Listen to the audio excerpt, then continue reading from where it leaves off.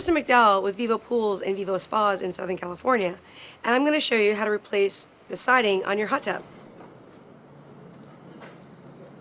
One option is that you can take the make and model of your hot tub and contact your spa retailer and order new panels that will fit exactly. So you can order in panels such as this. You would just measure the length and the width and then order them from your spa retailer or order them online. And then when they come in, you simply take each piece off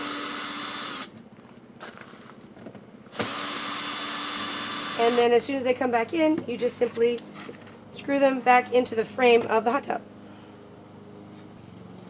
I'm Kristen McDowell with Vivo Pools and Vivo Spas in Southern California, and that's how you replace the siding on your hot tub.